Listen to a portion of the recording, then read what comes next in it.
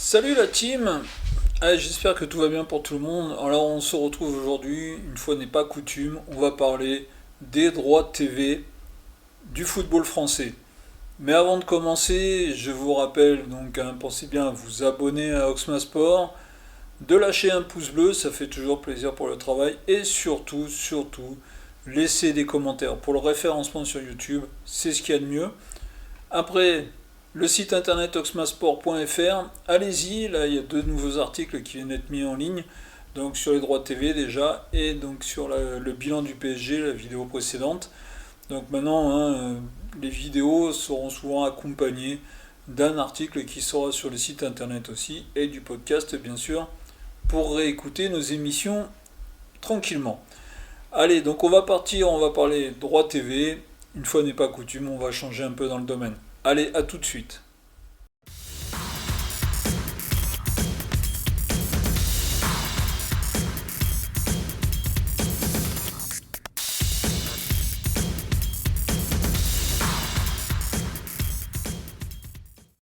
Allez, le football français a longtemps vécu sur son petit nuage.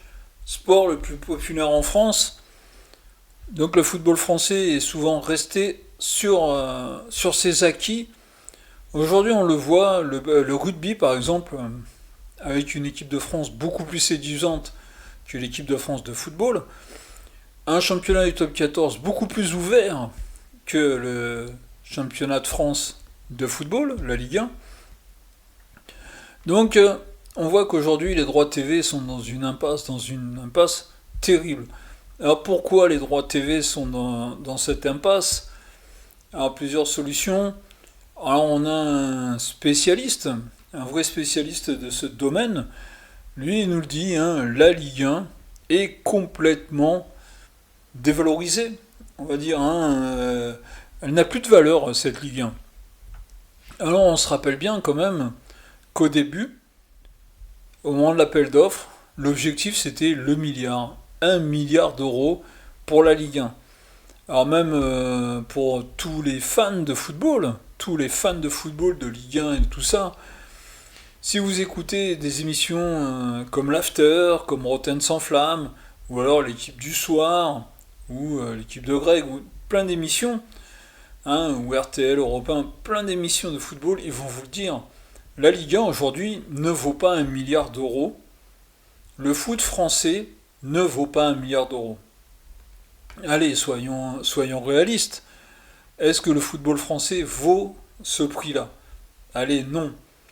En France, on a deux clubs. Deux clubs qui attirent du monde.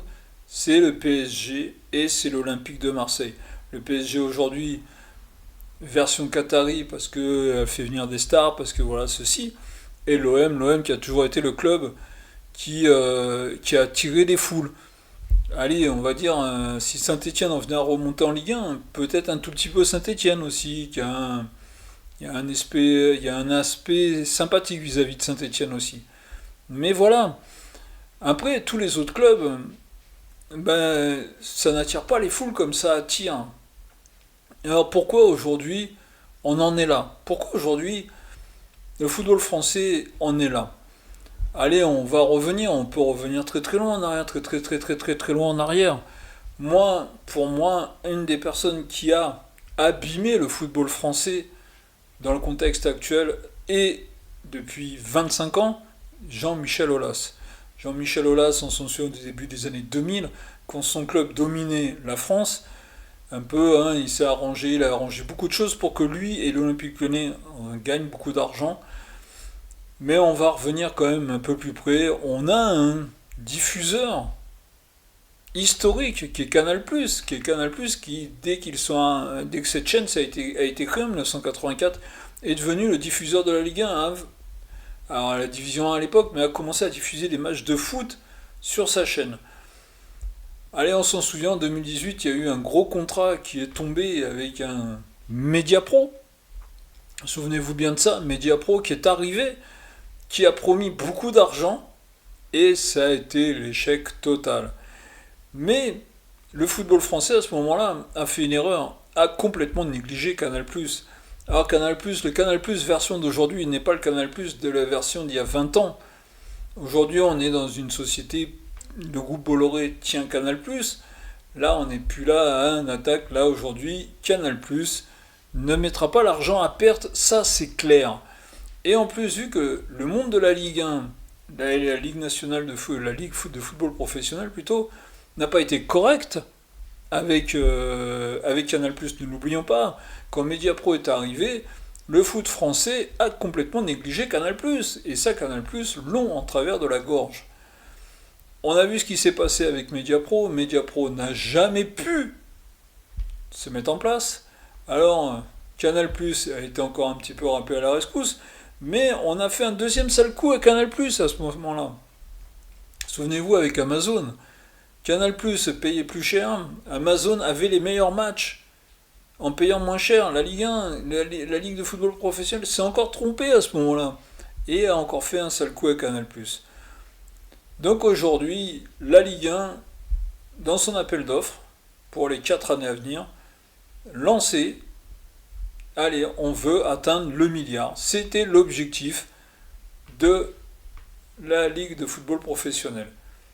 Et la Ligue de football professionnel pensait tellement avec les plateformes, DAZ, comptait aussi sur Amazon, comptait aussi, voilà, ils pensaient qu'aujourd'hui avec toutes les plateformes de streaming qu'on trouve et tout, ils allaient gagner cet argent. Ils pensaient qu'en valorisant tac tac tac tac à droite à gauche, ils allaient y arriver. Mais personne s'y est mis. Allez, on a eu DAZN qui, pendant un moment, on y croyait tous, on pensait qu'ils allaient devenir le nouveau diffuseur du football français. Et ils se sont retirés. Ils se sont retirés, eux aussi, de cet appel d'offres.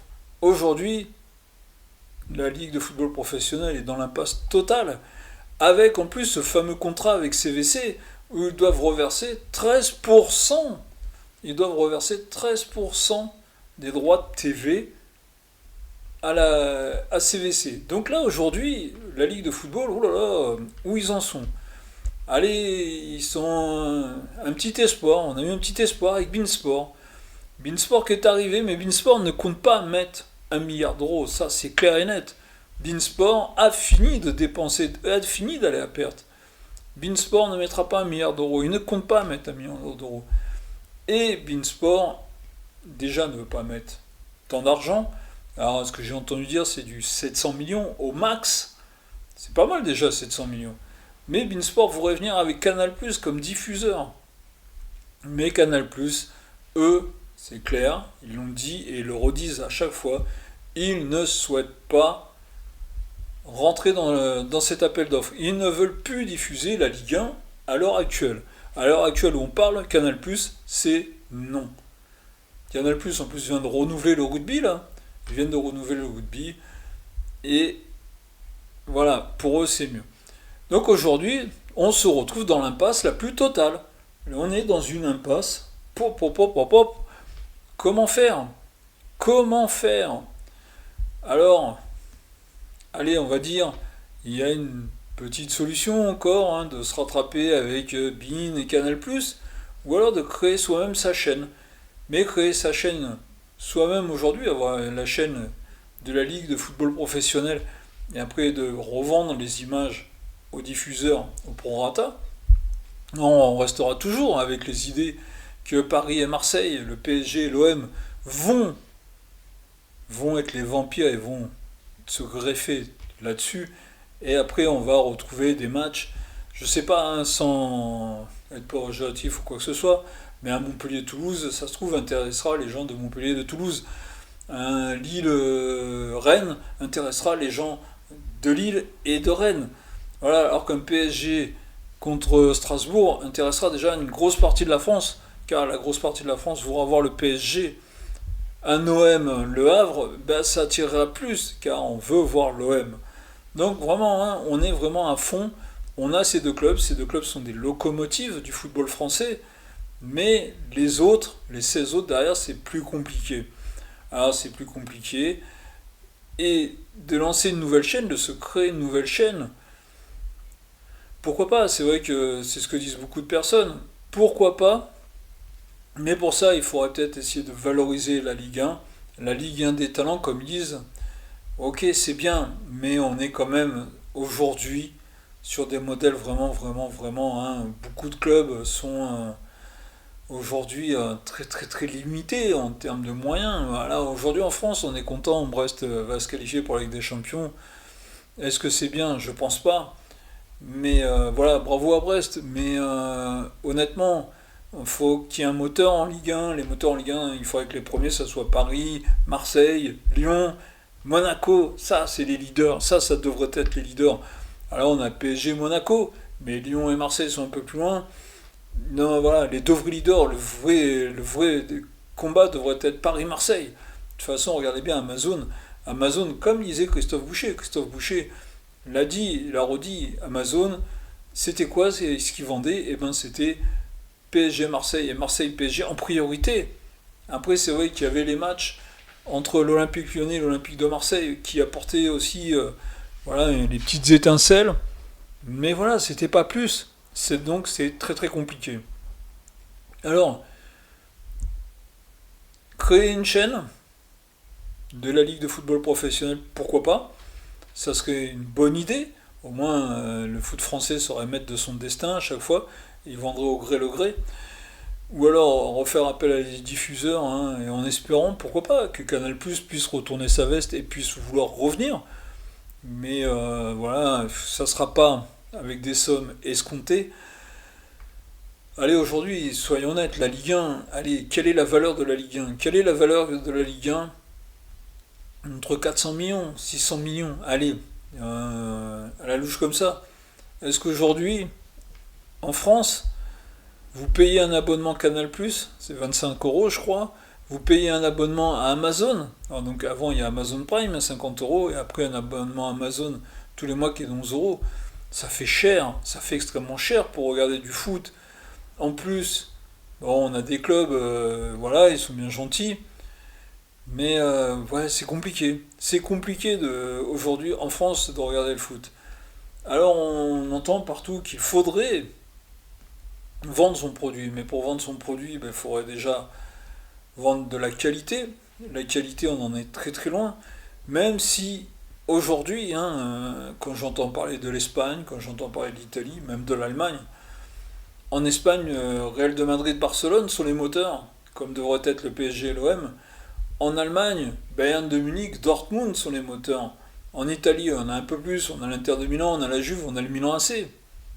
Voilà, voilà tous les grands championnats qu'on nous donne.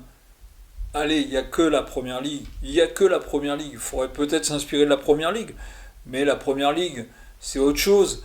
La première ligue, le football anglais, c'est autre chose. Le football anglais a su créer quelque chose. Mais a su créer quelque chose en s'ouvrant. Nous, en France, dès qu'on a des entraîneurs étrangers qui viennent, on n'aime pas ça. On se moque d'eux. Alors qu'en Angleterre, ils se sont ouverts à tout ça. En Angleterre, les entraîneurs étrangers, il y a Arsène Wenger, en son temps, Klopp, Klopp, Guardiola, Mourinho, qui sont arrivés, se sont habitués au football anglais, sont amoureux du football anglais, et ont créé quelque chose, avec les Anglais bien sûr, et avec des propriétaires aussi étrangers. Nous en France, on a un propriétaire étranger, le Qatar. On n'arrête pas de dénigrer le Qatar, on veut tout faire pour leur mettre des bâtons dans les roues aux Qataris. Ne l'oublions pas. En Angleterre, non, en Angleterre, on ne crache pas sur les investisseurs étrangers. En France, on crache sur le Qatar, bien sûr, mais on crache aussi sur les Russes à Monaco et on crache sur les Américains à Marseille. En France, on a beaucoup de mal avec ça. Donc, tant que déjà on a ces mentalités-là, comment voulez-vous qu'on valorise notre football?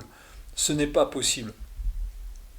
En plus, on part, nous, sur des mentalités où on aime voir les gros perdre. C'est marrant ça. Ça c'est marrant, on veut voir les gros perdre. Ça c'est vraiment le truc. Donc c'est ce qui est difficilement, c'est ce que les diffuseurs, ben, pour eux c'est compliqué hein, de voir des choses comme ça.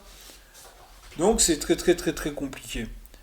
Allez, faut pas désespérer et je ne désespère pas. Le football français va passer à la télévision quoi qu'il arrive. Mais n'oublions pas quand même qu'à côté de ça, la Ligue 2 n'a toujours pas de diffuseur non plus. Hein. vu que la Ligue 1 n'a pas de diffuseur, ils avaient décidé de stopper aussi la Ligue 2. Donc il ne faut pas oublier que dans maintenant 2 mois approximativement, le football professionnel en France va revenir. Il va falloir franchement, mais aller chercher très très vite des diffuseurs. Donc espérons trouver des solutions. Et les solutions ne seront pas aux milliards d'euros. Ça, c'est clair, net et précis. Voilà, j'espère avoir été clair avec les droits TV. C'est la première fois que je me lançais dans quelque chose comme ça. J'espère que on a bien compris, que tout le monde comprend bien les enjeux aujourd'hui qui sont là. Et qu'une solution soit trouvée très très rapidement. Je vous dis salut à tous et à la prochaine.